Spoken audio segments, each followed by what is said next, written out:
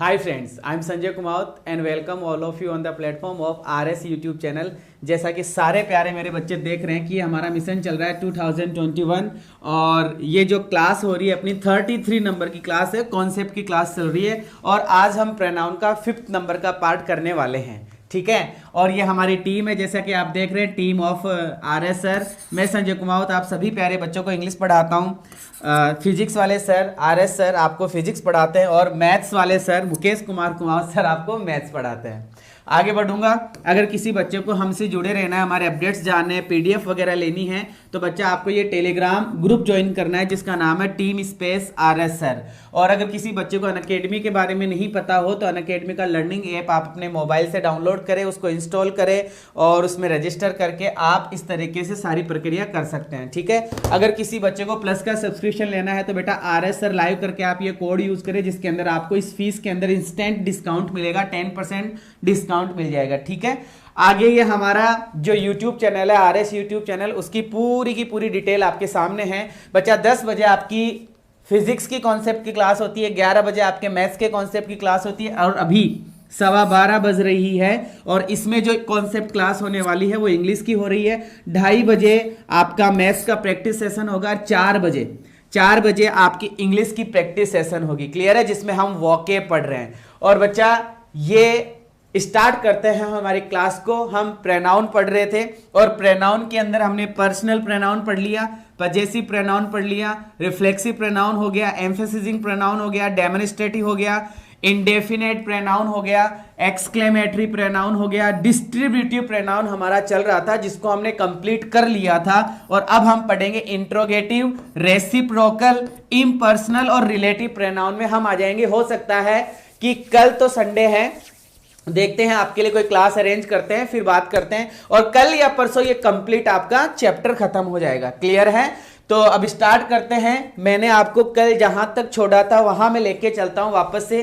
सभी प्यारे बच्चों को बताया गया था कि सर बोथ नामक जो शब्द होता है ना, ये हमेशा प्लूरल होता है। बच्चा बोथ का मतलब क्या होता है कि सर बोथ का मतलब होता है दो, जैसे सिक्के के दो पहलू होते हैं, तो सर ये दो ही होता है, इसका आप एक नहीं कर सकते।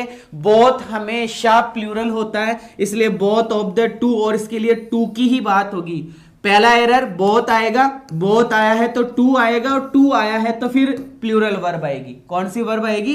Plural verb. अब बात करते हैं ऑल की।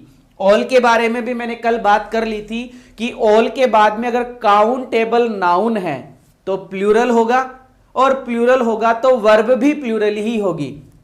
लेकिन अनकाउंटेबल नाउन है तो अनकाउंटेबल नाउन तो हमेशा सिंगुलर होता है, तो आगे जाके वर्ब भी कैसी होगी बच्चा? सिंगुलर ही होगी। तो ऑल द 5 गर्ल्स कि सर ये प्लूरल है तो वर्ब भी प्लूरल है। चलो ठीक है, अब बात करते हैं एवरी की। मैंने आपको बताया था 2 शब्द थे, कल बातें हुई थी अपनी ईच और एवरी के बारे में। ईच और एवरी के बारे में। ईच के लिए हमने कहा था कि सर इसका यूज 2 के लिए या 2+ के लिए होता है, लेकिन एवरी का यूज हमेशा 2+ के लिए ही होता है, मतलब 2 से ज्यादा के लिए एवरी का यूज करते हैं। यहां पर देखो एवरी लिखा हुआ है और यहां पे लिखा हुआ है 5, लेकिन मान लो यहां पे लिखा हुआ रहता 2, यहां पे क्या लिखा हुआ रहता? 2 लिखा हुआ रहता और यहां लिखा हुआ रहता एवरी, तो बच्चा ये एवरी गलत था, ये एवरी क्या था? गलत था। लेकिन यहाँ पे 2 नहीं लिखा हुआ, यहाँ पे 5 लिखा हुआ है जो कि सही है। अब इन 2 सेंटेंसेस को आपको पढ़ना है और मैंने आप लोगों को बताया था, क्या बताया था मैंने आप लोगों को? सिर्फ इतना ही बताया था कि ईच का यूज फिक्स पॉइंट के लिए होता है और एवरी का यूज अनफिक्स पॉइंट के लिए होता है। फिक्स पॉइंट कैसे? जैसे क्लास के अंदर अगर विद्यार्थी है, स्टूडेंट्स है, तो वो तो फिक्स होते हैं। जैसे अटेंडेंस उनकी ले ली कि आज 30 आए, आज 35 आए, आज 50 आए, आज 150, आज 700, आज 800, जो भी स्टूडेंट्स आते हैं उनकी अटेंडेंस हो जाती है, तो वो तो फिक्स है। और फिक्स है तो ईच हो गया। लेकिन हमें थोड़ी पता है कि कितने स्टूडेंट्स को समझ में आ रहा है, तो बोला जाएगा एवरी। क्या बोला जाएगा? एवरी, मतलब अनफिक्स के लिए एवरी। अब यहां पे देखो, यहां एवरी क्यों आ रहा है उसकी मैं बात कर रहा हूं। पहले लास्ट वाला सेंटेंस पढ़ता हूं। एवरी स्टूडेंट इज, ईच और एवरी सिंगुलर होता है। Every student is supported to work hard, मतलब सभी विद्यार्थियों से यह सपोज किया जाता है। सपोज का मतलब ये अनुमान लगाया जाता है कि सभी विद्यार्थी क्या करें, वर्क हार्ड करें। अब मुझे बताओ, क्लास के अंदर 800 स्टूडेंट है तो कितने स्टूडेंट हार्ड वर्क करेंगे?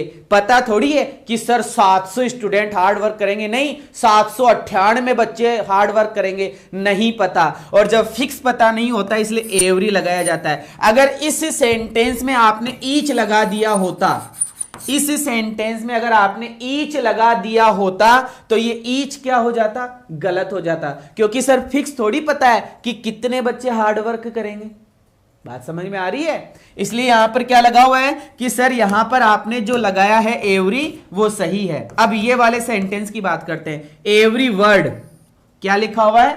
Every word. इसका मतलब एवरी वर्ड और लेटर लिखा हुआ है, लेटर का मतलब होता है पत्र। अब मुझे बताओ पत्र के अंदर कितने वर्ड लिखे हुए हैं? आपने अपने भाई को लेटर लिखा, आपने अपनी को लेटर लिखा, तो फिक्स थोड़ी पता है कि तुम 200 शब्द ही लिखोगे, तुम 2000 शब्द ही लिखोगे, तुम 2000 से ज्यादा शब्द ही लिखोगे, फिक्स थोड़ी पता है, नहीं पता ना। तो नहीं पता, इसलिए आपका आंसर हुआ है यहां पर एवरी की every word of this letter, इस लेटर का प्रत्येक शब्द इज करेक्ट। क्या है?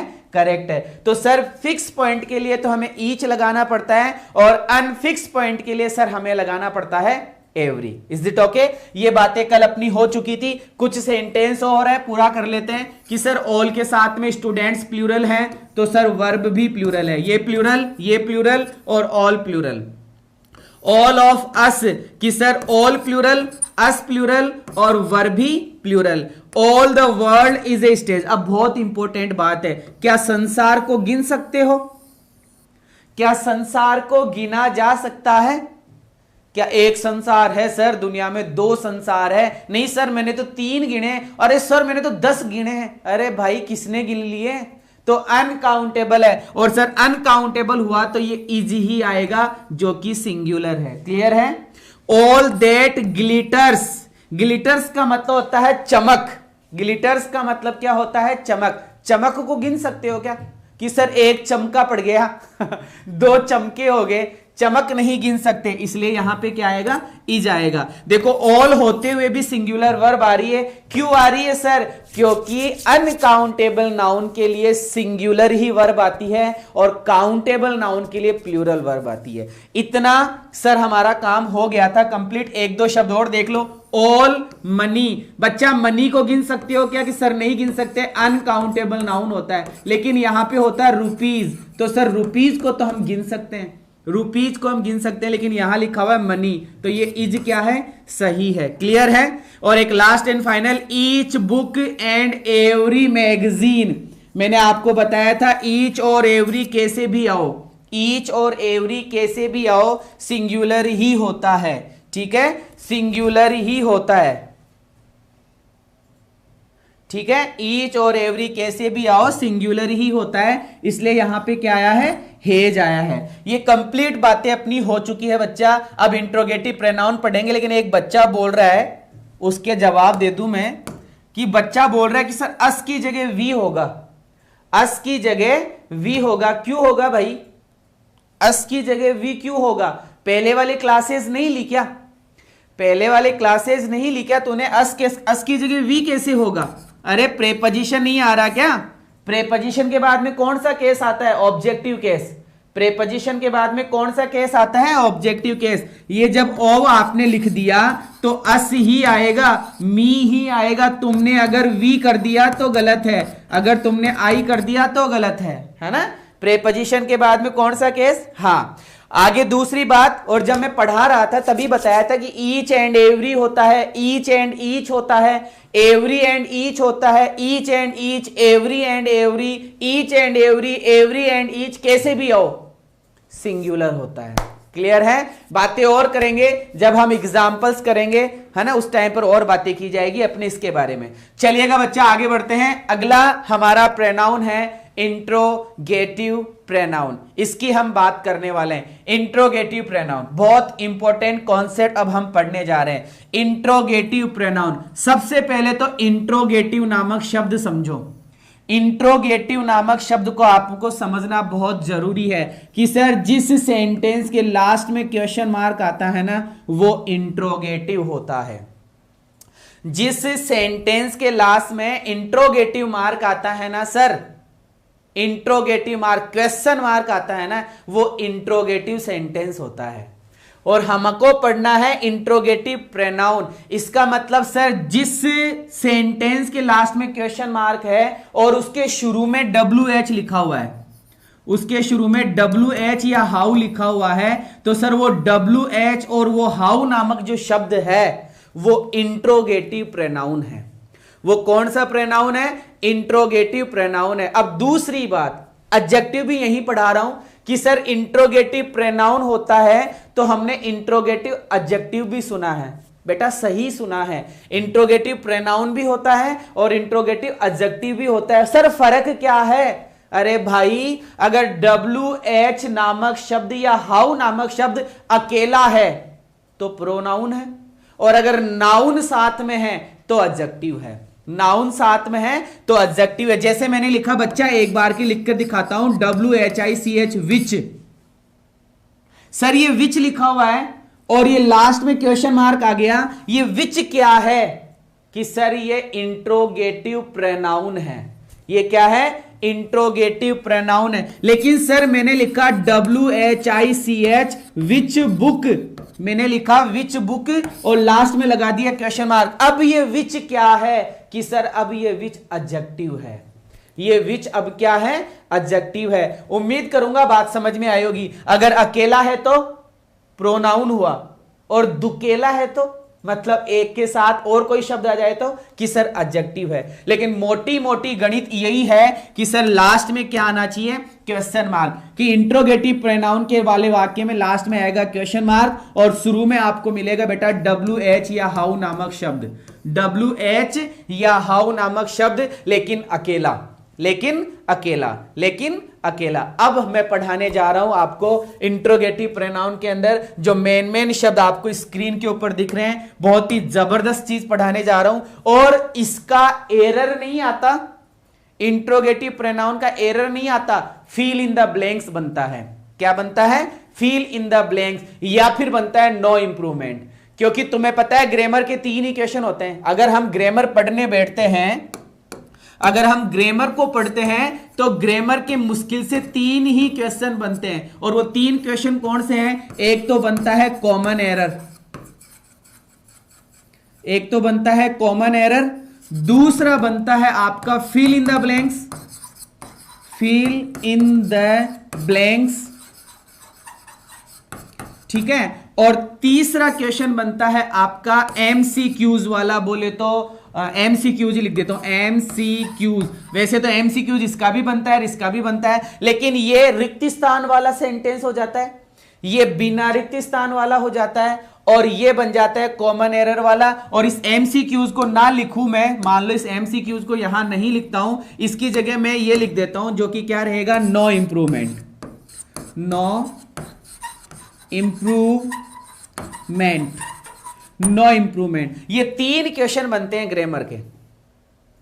ये 3 क्वेश्चन बनते हैं ग्रामर के। एक तो कॉमन एरर बनता है बच्चा, एक फिल इन द ब्लैंक्स बनता है, और एक नो इंप्रूवमेंट बनता है। बस यही तो हम पढ़ रहे हैं। और पढ़ क्या रहे हैं? तो यहां पे हमारे पास भी स्क्रीन के ऊपर लिखा हुआ आपको दिख रहा है कि सर हमें हु के बारे में समझना है, फिर हुम के बारे में समझना है, और फिर हुज के बारे में समझना है। इसके लास्ट में भी क्वेश्चन मार्क आएगा, इसके लास्ट में भी क्वेश्चन मार्क आएगा, और इसके लास्ट में भी क्वेश्चन मार्क आएगा। मैं एक काम करता हूं, आपको सारे WH पढ़ाता हूं। अब ना तो हम एडजेक्टिव पढ़ रहे हैं, ना हम प्रोनाउन पढ़ रहे हैं, हम सिर्फ क्या पढ़ रहे हैं? हु पढ़ रहे हैं। तो बच्चा हु का यूज कैसे करते हैं?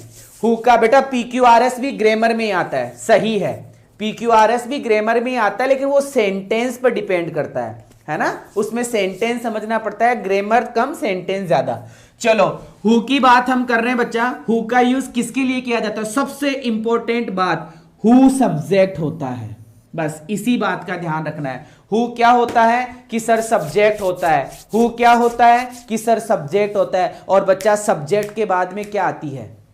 सब्जेक्ट के बाद में क्या आती है? कि सर वर्ब आती है। इसका मतलब हु वाले वाक्य के बाद में वर्ब आएगी।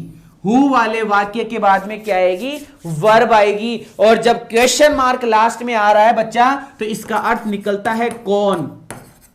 इसका अर्थ क्या निकलता है, कौन या किसने, कौन या फिर किसने।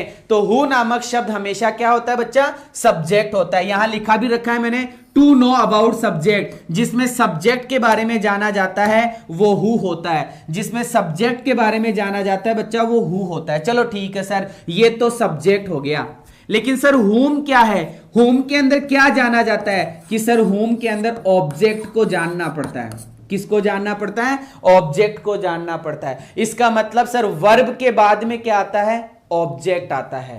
वर्ब के बाद में क्या आता है, ऑब्जेक्ट आता है। अभी बात करूंगा सारी चीजों की, टेंशन लेने की जरूरत ही नहीं है।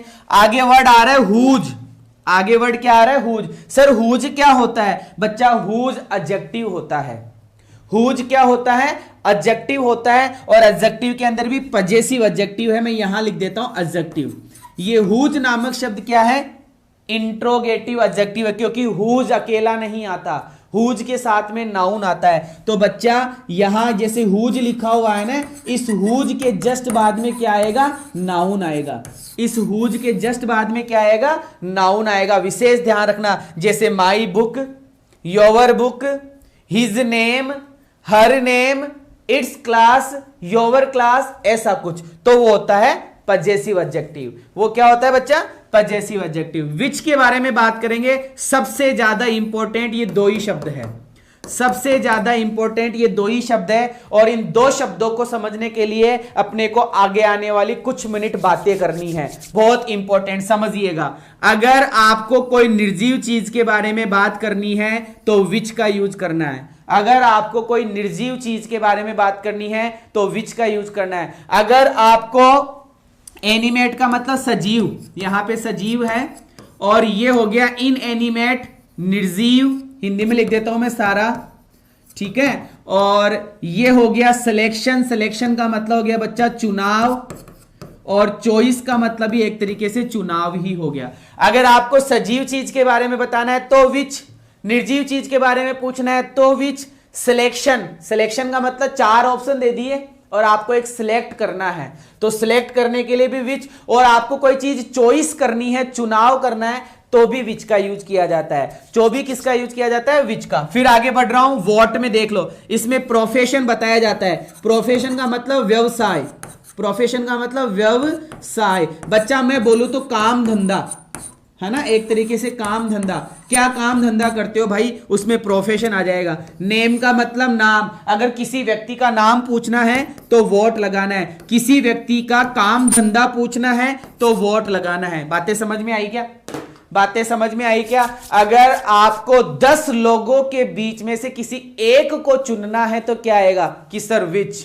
अगर आपको नाम पूछना है तो क्या आएगा, कि सर वोट। अगर आपको किसी जानवर के बारे में जानना है तो क्या आएगा, कि सर विच, ठीक है। अगर आपको किसी का काम धंधा जानना है तो क्या आएगा, कि सर वॉट। अगर आपको 10 कलर्स में से एक कलर का चुनाव करना है तो क्या आएगा, विच। ये बातें आपको ध्यान रखनी है बच्चा, बड़ा इंपॉर्टेंट कॉन्सेप्ट है यहां पर, इसी का बहुत ज्यादा क्वेश्चन पूछा जाता है। इन दो शब्दों का खूब क्वेश्चन पूछते हैं, एनिमेट सजीव, इन एनिमेट निर्जीव, सिलेक्शन और चॉइस एक ही हो गया। ऑक्यूपेशन और प्रोफेशन एक ही है, और एक अलग ही नाम आया है नाम। क्लियर है। अभी सभी के एग्जांपल्स दूंगा मैं, सभी के एग्जांपल्स की बात करेंगे आगे। चलिएगा आगे, शब्द क्या है, वाई क्वेश्चन मार्क आएगा, वेयर क्वेश्चन मार्क आएगा, वेन क्वेश्चन मार्क आएगा, how question mark, how many question mark, how much question mark, और how far question mark, how long question mark, और हाउ ऑफन क्वेश्चन मार्क। अर्थ बताऊं तो Y का मतलब होता है क्यों, वेयर का मतलब होता है कहां, ठीक है, कौन सा मतलब कहां पे, वेन का मतलब कब, हाउ का मतलब कैसे, हाउ मेनी का मतलब कितना। इसके बाद में क्या आती है, हाउ मेनी के बाद में काउंटेबल नाउन आता है, काउंटेबल प्लूरल नाउन आता है। और हाउ मच के बाद में अनकाउंटेबल नाउन आता है, मतलब सिंगुलर नाउन आता है। हाउ फार के अंदर क्या पूछी जाती है, दूरी। हाउ फार के अंदर क्या पूछी जाती है, दूरी। हाउ लॉन्ग में क्या पूछा जाता है, समय। हाउ लॉन्ग में क्या पूछा जाता है, समय। और हाउ ऑफन में क्या पूछा जाता है, कितनी बार, ठीक है, कितनी बार, बारंबारता पूछी जाती है। इसमें क्या पूछी जाती है? बारंबारता। दोबारा से देख लो, वाई में कारण पूछा जाता है, वेयर में स्थान पूछा जाता है, वेन में समय पूछा जाता है, हाउ में स्थिति पूछी जाती है, हाउ मेनी में संख्या पूछी जाती है। हाउ मेनी में क्या पूछी जाती है? संख्या। हाउ मच में सर मात्रा पूछी जाती है, ठीक है। हाउ फार में कि सर दूरी पूछी जाती है। हाउ लॉन्ग में समय पूछा जाता है। और हाउ ऑफन में कितनी बार, बारंबारता पूछी जाती है। बारंबारता क्या पूछी जाती है? बारंबारता पूछी जाती है, बारंबारता पूछी जाती है। क्लियर हो गई बात? अब मैं आपके लिए क्वेश्चंस ला रहा हूं, क्वेश्चंस की बात हम करने वाले हैं। और ये पहला क्वेश्चन आपकी स्क्रीन के ऊपर स्टार्ट हो गया। रिक्त स्थान is your father among these people. बताइए, is your father among these people? फटाफट।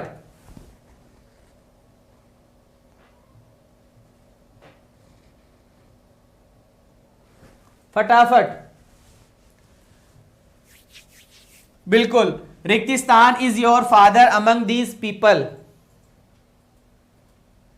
शाबाश शाबाश शाबाश। इसमें हु आएगा, वॉट आएगा, विच आएगा कि हुम आएगा? फटाफट आंसर देंगे। थोड़ा सा मैं कंफर्म कर दूं कि सर हु के अंदर हमें सब्जेक्ट का उत्तर देना पड़ता है। चलो कोई दिक्कत नहीं है, जिसका मतलब निकलता है कौन या किसने। जिसका मतलब क्या निकलता है? कौन या फिर किसने। चलो ठीक है। वॉट के अंदर सर हमें व्यवसाय के बारे में बताना पड़ता है, व्यवसाय और नाम के बारे में बताना पड़ता है। सर विच के अंदर हमें चुनाव करना पड़ता है, विच के अंदर हमें चुनाव करना पड़ता है। और सर होम के अंदर हमें ऑब्जेक्ट का उत्तर देना पड़ता है। किसका उत्तर देना पड़ता है? ऑब्जेक्ट का। सर यहां पे पूछा जा रहा है पिताजी कौन, यहां पे पूछा जा रहा है कि पिताजी कौन है। और अमंग दीज पीपल, इसका मतलब किसी बंदे ने किसी छोटे बच्चे को या किसी को पूछा, अरे वो इतने सारे लोग हैं, उनमें से तुम्हारे पिताजी कौन से हैं? तो वो चुनेगा कि सर ये जो साइड में जो रेड शर्ट पहने हुए हैं, उनके बगल में जो व्हाइट वाले हैं ना, वो मेरे पिताजी है। तो सर यहां पे चुनाव की बात हो रही है। आंसर आएगा विच, कि विच इज योर फादर। और मैंने विच में क्या लिखवाया था, दोबारा से दिखा देता हूं। विच में क्या लिखवाया था? एनिमेट, सजीव। किसके लिए? सजीव। और यहां क्या लिखा था बच्चा? निर्जीव। अगर सजीव का चुनाव कर रहे हो तो भी विच, और निर्जीव का चुनाव कर रहे हो तो भी विच। क्लियर है? तो पहला क्वेश्चन था हमारा कि sir which is your father among these people, इनमें से तुम्हारे पिताजी कौन से हैं। कई बच्चे सोच रहे होंगे कि सर हु क्यों नहीं लगा, कि हु इज योर फादर, इतना तो ठीक है, तुम्हारे पिताजी कौन है। अमंग दीज पीपल आ गया, इसका मतलब सिलेक्शन करना है, चॉइस करनी है। तो बच्चा हु कैंसिल हो गया, विच ही होगा। लेकिन ये सेंटेंस इतना ही होता, लेकिन ये सेंटेंस इतना ही होता तो फिर हु सही होता। तो फिर क्या होता? हु सही होता। उम्मीद करूंगा उन बच्चों का जवाब मिल गया होगा जो ये सोच रहे थे कि सर हु क्यों नहीं हुआ। क्लियर है? ओके, आगे बढ़ता हूं। ठीक है, क्लियर है? और जो ये बोल रहा है ना हु लगेगा, हु लगेगा, बेटा गलत हो, फिर भी तुम हु ही लगाओ तो लगाओ। चलो आगे बढ़ते हैं। क्वेश्चन नंबर 2 की बात कर रहे हैं। रिक्त स्थान इज योर फेवरेट एक्टर। बताओ, बताओ फटाफट।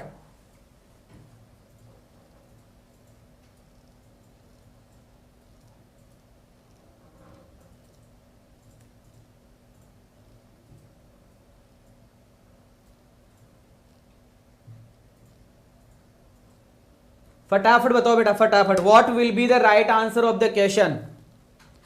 फटाफट आंसर देंगे मुझे सारे बच्चे। मैं वेट कर रहा हूं आपके कमेंट्स का बच्चा। फटाफट सोच लो, आराम से दो, कोई जल्दबाजी नहीं करनी है अपने को।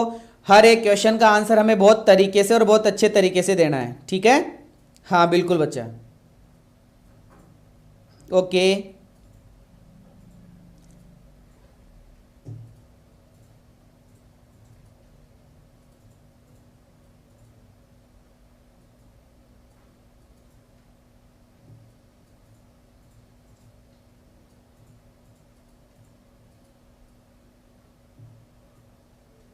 क्या बात है,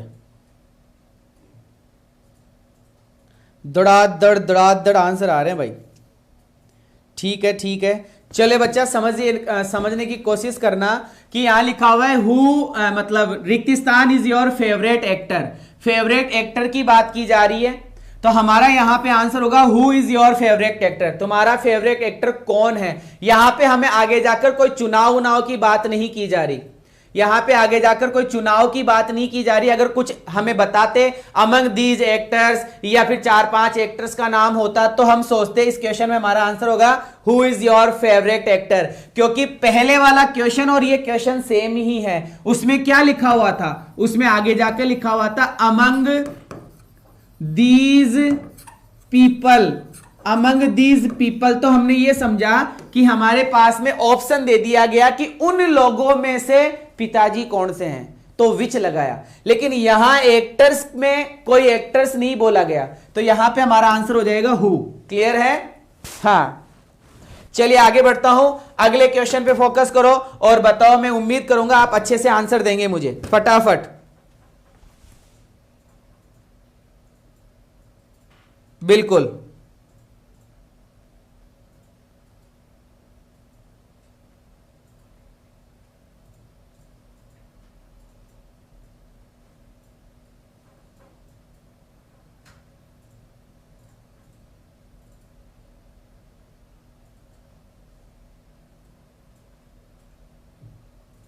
शाबाश। देखते हैं, समझते हैं क्या क्वेश्चन है कि is the answer to my question, मेरे क्वेश्चन का आंसर क्या होगा, है ना। यहां पे पूछा जा रहा है कि is the answer to my question. Who का मतलब कौन, इसका मतलब क्वेश्चन तो कभी कौन होता नहीं है, ये कैंसिल। व्हाट मतलब क्या है, विच मतलब कौन सा है, ठीक है। और हुम मतलब ऑब्जेक्ट की बात कर रहे हैं, तो ये भी नहीं हुआ। तो इन दोनों में से हमारा कोई आंसर होगा। अगर आप किसी क्वेश्चन का चुनाव कर रहे हैं ऑप्शन देकर, तो आपका आंसर हो जाएगा विच। लेकिन आप नॉर्मली किसी क्वेश्चन का आंसर बता रहे हैं, तो आपका आंसर होगा व्हाट, कि what is the answer to my question, मेरे क्वेश्चन का आंसर क्या है। कौन सा नहीं पूछ रहा, क्या है, कि what is the answer of my question. Clear है? समझ में आगे बेटा, विच नहीं आएगा। विच वालों बेटा ऑप्शन होना चाहिए, कोई ना कोई हमारे पास में ऑप्शन होना चाहिए। जैसे अमंग दीज पीपल ऑप्शन था, या फिर ऑप्शन नामक शब्द हमारा ऑप्शन है, या फिर कोई 2-4 चीजें देखकर हमें कुछ पूछे तो। ठीक है, who is your favourite actor, हाँ सही है बच्चा। तो what is the answer to my question. चलो कोई नहीं, और समझ लेंगे इन क्वेश्चंस को, टेंशन मत करो। आगे बढ़ते हैं, आगे वाला क्वेश्चन है is the appropriate answer among these option. Among these option, बच्चा बताओ। अब गलती मत करना, अब गलती मत करना बच्चा, बिल्कुल भी गलती नहीं करेंगे अब सारे बच्चे, बिल्कुल।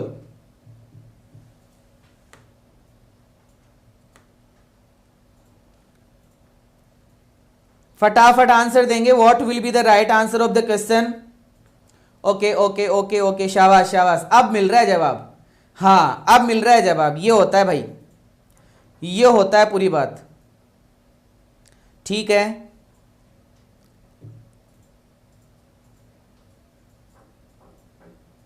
ठीक है,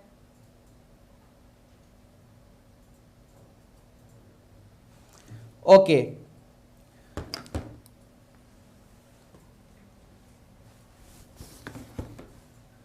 ठीक है बच्चा, समझिएगा क्वेश्चन है कि इज द एप्रोप्राइट आंसर, की बच्चा सही सही आंसर बताओ, कि सही सही एकदम जो करेक्ट आंसर है वो बताना है अमंग दीज ऑप्शन। बच्चा ऑप्शन दे दिया, इसका मतलब आपको चुनाव करना है, और इन क्वेश्चंस में, इन शब्दों में से कौन सा आपका आंसर होगा, कि सर बी हमारा आंसर होगा, विच हमारा आंसर होगा। क्लियर है? और मैं आगे बढ़ता हूं, अगले क्वेश्चन की बात करते हैं। बताइएगा what will be the right answer, फटाफट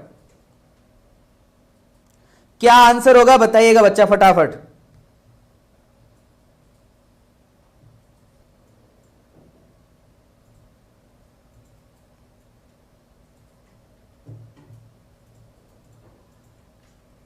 फटाफट बताओ।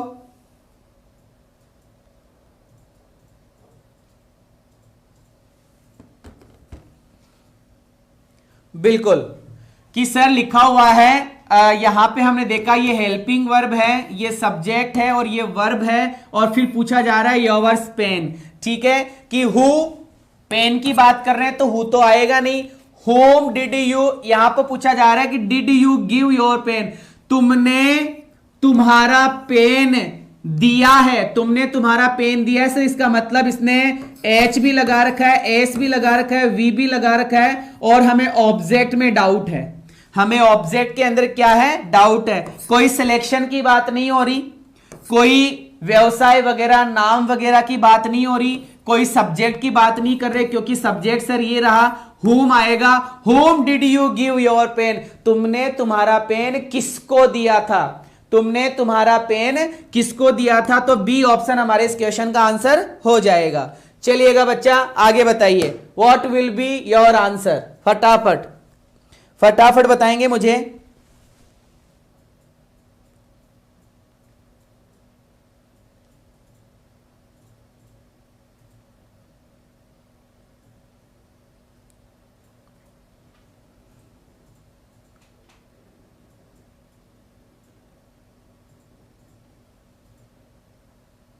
आपके क्वेश्चन का क्या आंसर होगा, फटाफट।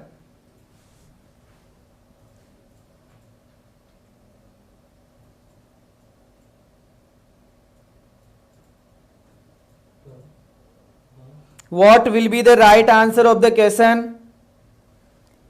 ठीक है, समझते हैं बच्चा क्वेश्चंस को, कि सर ये रहा हेल्पिंग वर्ब और ये रहा सब्जेक्ट, ये रही वर्ब और सर ये रहा ऑब्जेक्ट। तो हमारे क्वेश्चन में लिखा हुआ है कि सर यहां सजीव ऑब्जेक्ट है, इसका मतलब हुम आएगा नहीं, सजीव ऑब्जेक्ट है तो आएगा नहीं हुम। समझते हैं, who did you give her, है ना, तो हु भी नहीं आएगा, क्योंकि सर ये रहा सब्जेक्ट और ये रहा ऑब्जेक्ट, ये दो तो कैंसिल हो गए सर, ये दो तो कैंसिल हो ही गए। अब बात करते हैं सी और डी में से। तो सी और डी में से हमने बात करी, सर कोई चुनाव की बात हम नहीं कर रहे, कोई चुनाव की बात हम नहीं कर रहे, तो यहां पर आंसर होगा व्हाट, कि what did you give her, तुमने उसको क्या दिया, तुमने उसको क्या दिया। तो सी ऑप्शन हमारे इस क्वेश्चन का आंसर होगा, सी ऑप्शन हमारे इस क्वेश्चन का आंसर होगा। बेटा चुनाव की बात नहीं कर रहे हैं, आगे बढ़ो बताइएगा। बहुत अच्छा क्वेश्चन, बहुत ही शानदार क्वेश्चन, बहुत ही शानदार क्वेश्चन, वेरी गुड।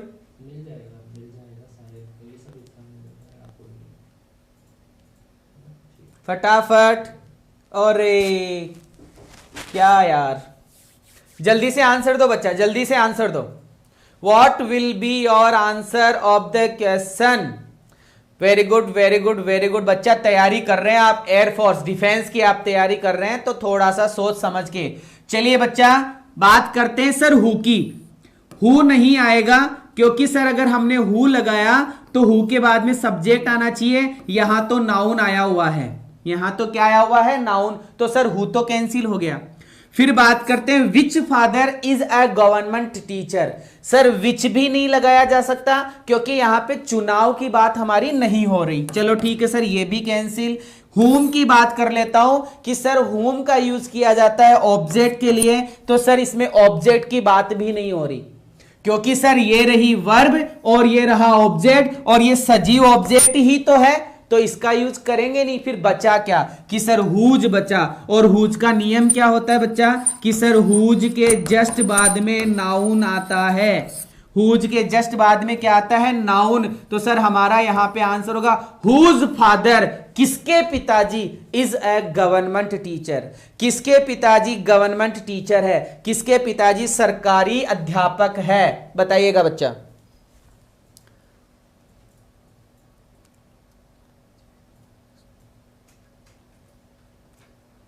फटाफट,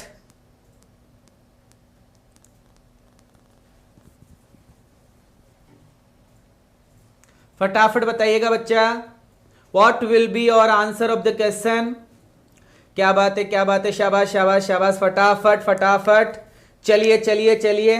ओके, कि सर इसमें नाम पूछा जा रहा है, और नाम पूछा जा रहा है तो नाम के लिए व्हाट का यूज करते हैं, कि what is your brother's name, तुम्हारे भाई का क्या नाम है, तुम्हारे भाई का क्या नाम है। लो बच्चा, is the most intelligent student in your class?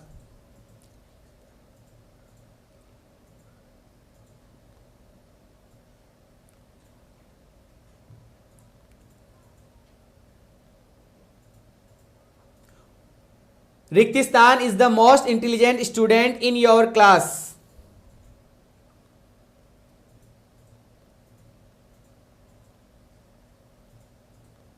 बताइए बच्चा. Very good very good very good very good. बताइए बच्चा जल्दी से कि यहां पे पूछा जा रहा है the most intelligent student. Most intelligent student बताना है कक्षा में से. कक्षा में से मोस्ट स्टूडेंट बताना है. तो हु इज द मोस्ट, कौन सा बच्चा, कौन से बच्चे की बात की जा रही है? बताइएगा फटाफट कि सर क्लास के अंदर चुनाव करना है. क्लास के अंदर चुनाव करना है. क्लास के अंदर 20 बच्चे बैठे हुए हैं तो चुनाव करना है. क्लास में 700 बच्चे बैठे हुए हैं तो चुनाव करना है. क्लास में 1000 बच्चे बैठे हुए हैं तो भी चुनाव करना है. और एक ही बच्चे का चुनाव करना है क्योंकि सर ये सुपरलेटिव डिग्री है.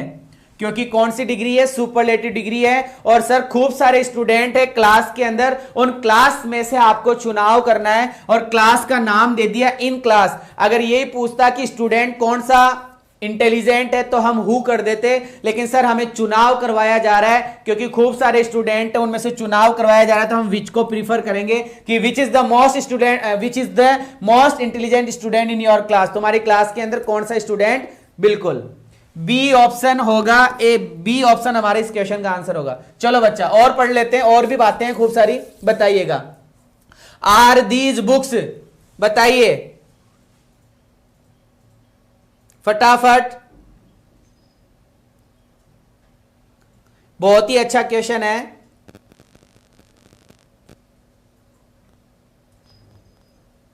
ये क्वेश्चन बड़ा ही जबरदस्त क्वेश्चन है. इस क्वेश्चन को जब पहली बार देखते हैं तो लगभग गलत होता ही होता है. तो इस क्वेश्चन का मैं आंसर भी बताऊंगा और इस क्वेश्चन को आपको पढ़ना भी है, समझना भी है ना.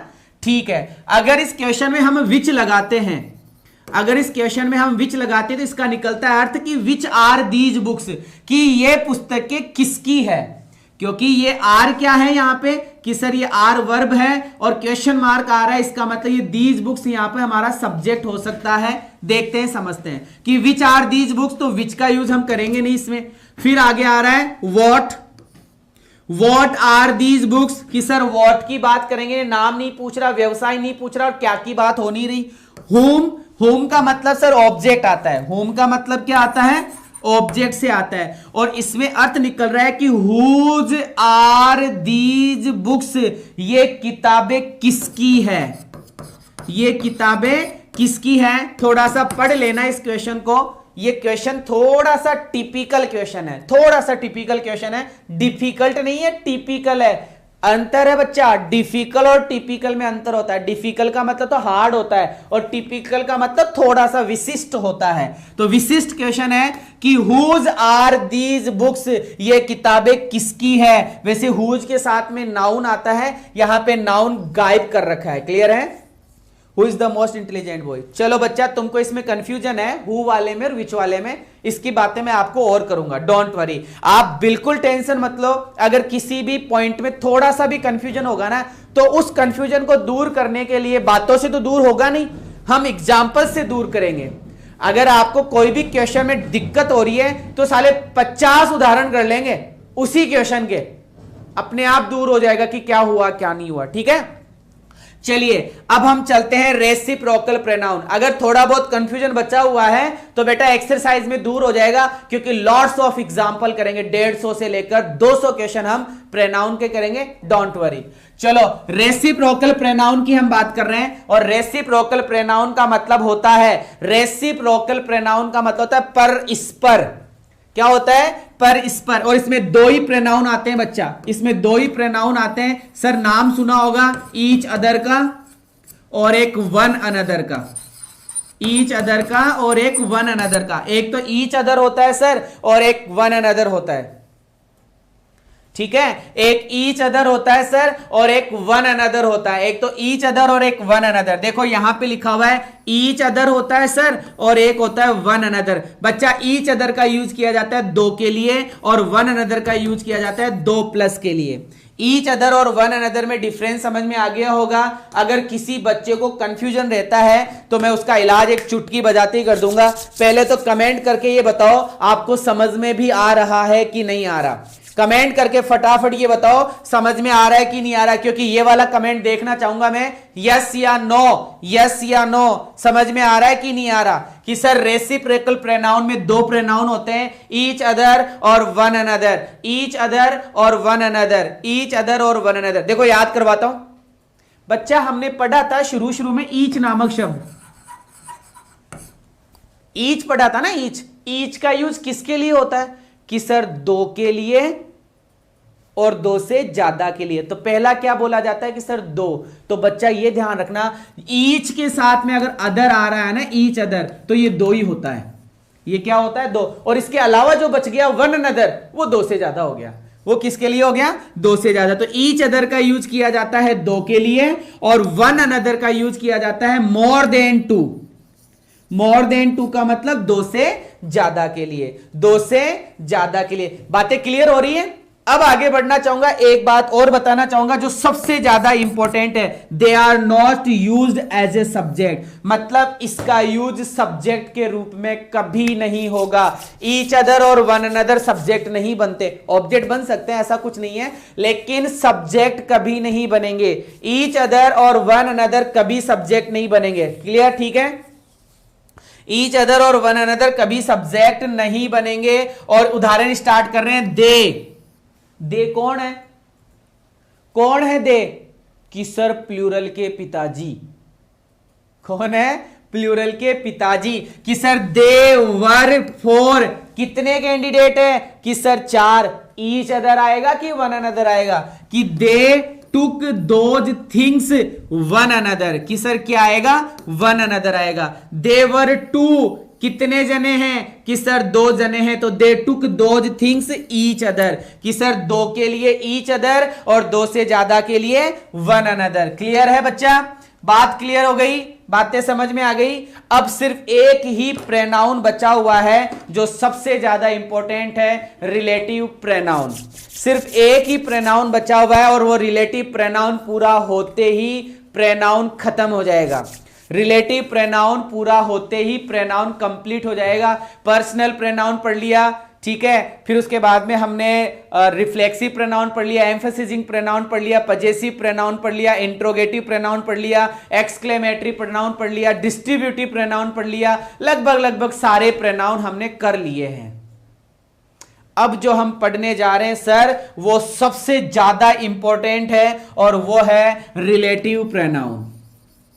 और इस प्रोनाउन को मैंने सबसे लास्ट में लिया है क्योंकि ये ही इस प्रोनाउन की जान है। अगर प्रोनाउन की कोई जान है तो वो है रिलेटिव प्रोनाउन, और रिलेटिव प्रोनाउन से ही रिलेटेड हमें बहुत सारी बातें पढ़नी है। ठीक है, बिल्कुल बेटा। एग्जाम्पल की कॉस्ट मतलब बहुत सारे एग्जाम्पल है, टेंशन ही मत कर, है ना, एग्जाम्पल खूब है। बिल्कुल, चलो बात करते हैं रिलेटिव प्रोनाउन का दूसरा नाम सर कलेक्टिव प्रोनाउन। कभी नहीं सुना होगा शायद तुमने कभी नहीं सुना होगा ये वाला नाम कि सर कलेक्टिव नाउन तो सुना है लेकिन कलेक्टिव प्रोनाउन नहीं सुना। बच्चा कलेक्टिव प्रोनाउन भी इसको बोलते हैं, ये सिर्फ तुम्हारे नॉलेज के लिए मैंने लिख दिया, बाकी जरूरी नहीं था ये बताना, लेकिन मैंने बता दिया तुम्हें कि रिलेटिव प्रोनाउन का दूसरा नाम क्या होता है? कलेक्टिव प्रोनाउन होता है। क्या होता है बच्चा? Collective pronoun. अब मैं कुछ शब्दों की बात करने जा रहा हूं, उन शब्दों पे फोकस करना। पहली स्पेलिंग आपको याद करा रहा हूं मैं यहां पे, एंटीसीडेंट। देखो बेटा, ANTE, एंटीसीडेंट, इस वर्ड को याद करना बच्चा। एंटीसीडेंट, एंटीसीडेंट, एंटीसीडेंट क्या होता है? एंटीसीडेंट, एंटीसीडेंट, एंटीसीडेंट क्या होता है? इस वर्ड पर आपको फोकस करना है बच्चा। एंटीसीडेंट, एंटीसीडेंट और एंटीसीडेंट क्या होता है सर? सुनिएगा कि सर रिलेटिव प्रोनाउन हमेशा और हमेशा 99% वाक्य के बीच में आता है। कहां आता है? वाक्य के बीच में। तो सर इस रिलेटिव प्रोनाउन से पहले जो शब्द आता है, इस रिलेटिव प्रोनाउन से पहले जो शब्द आता है, जो नाउन आता है, वो ही एंटीसीडेंट कहलाता है। तो मैं उम्मीद करूंगा एंटीसीडेंट की रामायण खत्म हो गई होगी। क्या होता है एंटीसेंट? कि सर दोज नाउन्स, कि सर वो शब्द या वो प्रोनाउंस, सर वो नाउन्स या वो प्रोनाउंस विच कम बिफोर आरपी, और आरपी का मतलब रिलेटिव प्रोनाउन, कि सर वो शब्द या वो नाउन या वो प्रोनाउन जो रिलेटिव प्रोनाउन के पहले आता है वो एंटीसीडेंट होता है। वो क्या होता है? एंटीसीडेंट। किसी बच्चे को कोई तकलीफ है इस वाली स्क्रीन पर तो बताइए। ये वाली स्क्रीन समझ में आ गई तो मैं आगे वाली स्क्रीन पर चलना चाहूंगा। आगे वाली स्क्रीन पर चलना चाहूंगा कि सर एंटीसीडेंट का मतलब होता है कि रिलेटिव प्रोनाउन से पहले आने वाले शब्द को, रिलेटिव प्रोनाउन से पहले आने वाले शब्द को, रिलेटिव प्रोनाउन से पहले आने वाले शब्द को क्या बोला जाता है? एंटीसीडेंट बोला जाता है। चलो बच्चा, अब बात करते हैं सर रिलेटिव प्रोनाउन कौन कौन से हैं। रिलेटिव प्रोनाउन कौन कौन से हैं उनकी बात कर रहे हैं। रिलेटिव प्रोनाउन कौन कौन से हैं उनकी बात कर रहे हैं। तो बच्चा बहुत आसान है कि सर हु, हुज, हुम, फिर है सर विच, फिर लिखा हुआ है सर दैट, फिर लिखा हुआ है हुज, फिर लिखा हुआ दैट वापस से आ गया 6। मैं यहां लिख देता हूं, इसको हटाता हूं, एक बार दोबारा से आपको बताता हूं कौन कौन से हैं। इधर से स्टार्ट करते हैं। एक तो होता है सर हु, एक होता है हुज, एक होता है सर हुम। आगे बात करूं तो सर व्हाट, फिर एक होता है सर विच, और इसके बाद में आगे बात करूं तो सर वेयर, वेन और सर दैट। तो 3 3 6 7 8, सर ये 8 रिलेटिव प्रोनाउन होते हैं। Who, whose, whom, what, which, where, when, that, ये 8 रिलेटिव प्रोनाउन होते हैं। सर ये 8 क्या होते हैं? रिलेटिव प्रोनाउन होते हैं। दोबारा अगर समझाऊं तो बड़ा इंपॉर्टेंट है। हमने पढ़ा कि सर हु हो गया, हुज हो गया, हुम हो गया, वॉट हो गया, विच हो गया, वेयर हो गया, वेन हो गया, और एक सर दैट हो गया। ये 8 रिलेटिव प्रोनाउन होते हैं। 1 2 3 4 5 6 7 और ये 8। सर ये 8 रिलेटिव प्रोनाउन है।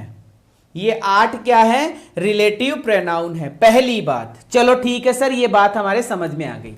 दूसरी बात कि सर ये इंट्रोगेटिव प्रोनाउन भी तो होते हैं। अभी अभी तो आपने पढ़ाया था कि WH से चालू होने वाला शब्द इंट्रोगेटिव प्रोनाउन होता है। और सर हमने तो इंट्रोगेटिव एडजेक्टिव भी पढ़ा था कि नहीं पढ़ा था? लेकिन भैया उस टाइम पे मैंने आपको चीख चीख कर कहा था कि लास्ट में क्वेश्चन मार्क आना चाहिए, लास्ट में क्वेश्चन मार्क आना चाहिए, लास्ट में क्वेश्चन मार्क आना चाहिए, लेकिन इसके लास्ट में फुल स्टॉप आएगा।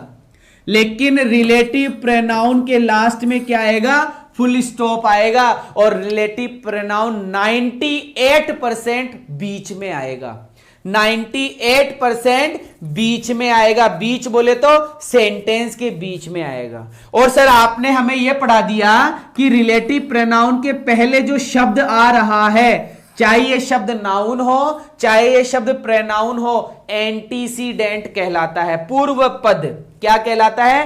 पूर्व पद एंटीसीडेंट कहलाता है। क्लियर हुई क्या बात? बात क्लियर हो गई? कोई प्रॉब्लम नहीं है? इतनी बातें समझ में आ गई कि sir who, whose, whom, what, which, where, when और दैट, ये सारे के सारे रिलेटिव प्रोनाउन है सर। और रिलेटिव प्रोनाउन के पहले आने वाला शब्द एंटीसीडेंट कहलाता है। और 98% लास्ट में फुल स्टॉप आता है। सिर्फ 2% क्वेश्चन मार्क आता है, जिसकी बात मैं आगे कर लूंगा। क्लियर है? चलो बच्चा, अब कुछ बातें और बता रहा हूं। ये पहली बात। दूसरी बात, बच्चा हु क्या होता है? कि सर हु सब्जेक्ट होता है। ठीक है। हुज क्या होता है? कि सर हुज पजेसिव होता है। ठीक है। हुम क्या होता है? कि सर हुम ऑब्जेक्ट होता है। whom क्या होता है, ऑब्जेक्ट होता है। ये हमने पढ़ा है सर, ये हमने पढ़ा है। तो अब आपको मैं स्क्रीन पे लेके चलता हूं, देखिएगा सारे बच्चे स्क्रीन के ऊपर कि सर हु सब्जेक्ट है, हुज कि सर पजेसिव है, whom कि सर ऑब्जेक्ट है। चलो ठीक है बेटा। विच क्या होता है कि सर विच सब्जेक्ट होता है। बच्चा विच क्या होता है कि सर विच ऑब्जेक्ट होता है। इसका मतलब हमें यह समझ में आया कि सर विच नामक शब्द सब्जेक्ट भी होता है और ऑब्जेक्ट भी होता है। अब एक राज की बात बताऊं, ये पजेसिव भी होता है। विच नामक शब्द सब्जेक्ट भी होता है, ऑब्जेक्ट भी होता है और सर पजेसिव भी होता है। विच नामक शब्द सब्जेक्ट भी होता है, ऑब्जेक्ट भी होता है और पजेसिव भी होता है। सब्जेक्ट, ऑब्जेक्ट और पजेसिव दोनों ही, तीनों ही होता है। चलो ठीक है। डेट की बात करते हैं बच्चा। डेट क्या होता है कि सर सब्जेक्ट होगा और ऑब्जेक्ट होगा, लेकिन पजेसिव कभी नहीं बनेगा। लेकिन डेट नामक शब्द पजेसिव कभी नहीं बनेगा और इसका एरर पूछा जाता है। डेट नामक शब्द कभी भी पजेसिव नहीं बनता। डेट नामक शब्द कभी भी पजेसिव नहीं बनता। डेट नामक शब्द कभी भी पजेसिव नहीं बनता। तो सर फिर डेट का पजेसिव कौन बनता है? फिर सर डेट का पजेसिव कौन बनता है ये भी बताओ। डेट का पजेसिव कौन बनता है? तो सर डेट का पजेसिव बनता है या तो हुज या फिर विच, या तो हुज या फिर विच। इसका मतलब ये बातें समझ में आई कि हु सब्जेक्ट है, हुज पजेसिव है, हुम ऑब्जेक्ट है। बात क्लियर।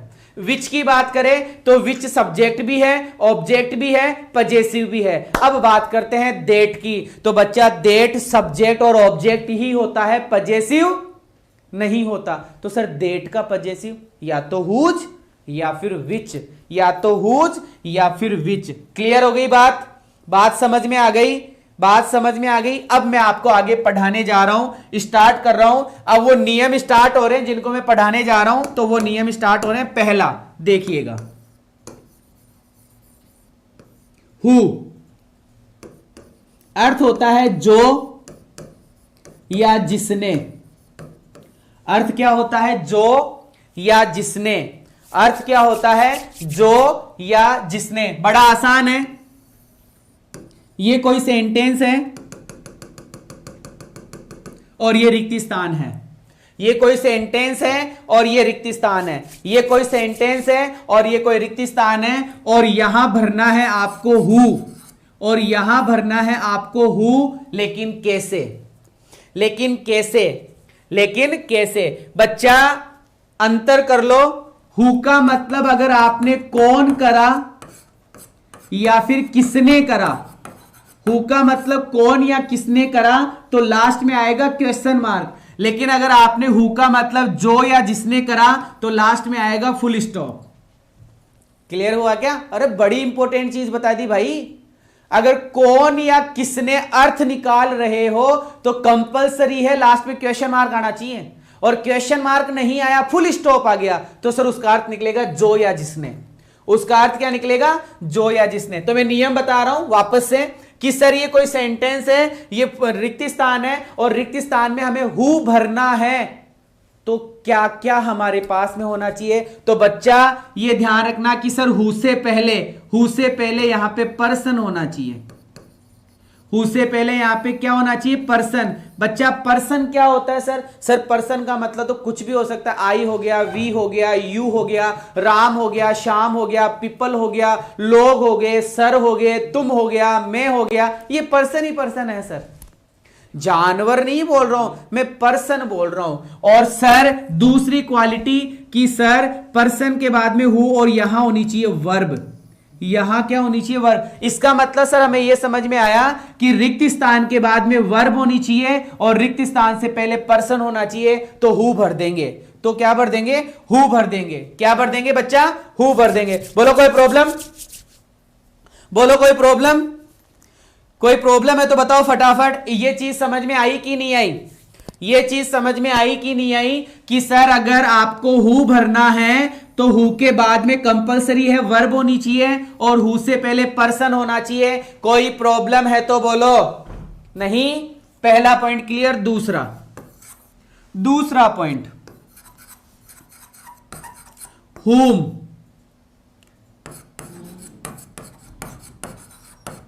जिसको, या फिर जिसे, जिसको या फिर जिसे। इस whom का अर्थ यह भी निकलता है किसे और किसको, किसे और किसको, लेकिन इसके लास्ट में क्या आता है, क्वेश्चन मार्क, और इसके लास्ट में क्या आता है, फुल स्टॉप। अंतर इतना ही है, अगर किसे किसको निकाल रहे हो तो लास्ट में क्वेश्चन मार्क, और जिसको या जिसे निकाल रहे हो तो लास्ट में फुल स्टॉप। नियम क्या है कि सर मान लो ये कोई सेंटेंस है और ये यहां पे रिक्त स्थान आ गया और ये सेंटेंस खत्म, और ये हमको यहां पे whom भरना है, हमको यहां पे whom भरना है, हमको यहां पे whom भरना है। तो नियम क्या कि सर यहां होना चाहिए पर्सन, यहां क्या होना चाहिए, पर्सन, मतलब रिक्त स्थान से पहले पर्सन होना चाहिए, मतलब whom से पहले पर्सन होना चाहिए। सर यहां पर भी तो ऐसा ही है कि who के पहले पर्सन लिखा हुआ है, who के पहले पर्सन है, कि सर who के पहले पर्सन है, whom के पहले भी पर्सन है, लेकिन लेकिन लेकिन बच्चा गौर करो, यहां who के बाद में वर्ब है और यहां whom के बाद में सब्जेक्ट है, यहां whom के बाद में क्या है, सब्जेक्ट है, whom के बाद में क्या है, सब्जेक्ट। और मैं अब आपसे पूछता हूं सब्जेक्ट कहां होता है, बताओ सब्जेक्ट कहां होता है,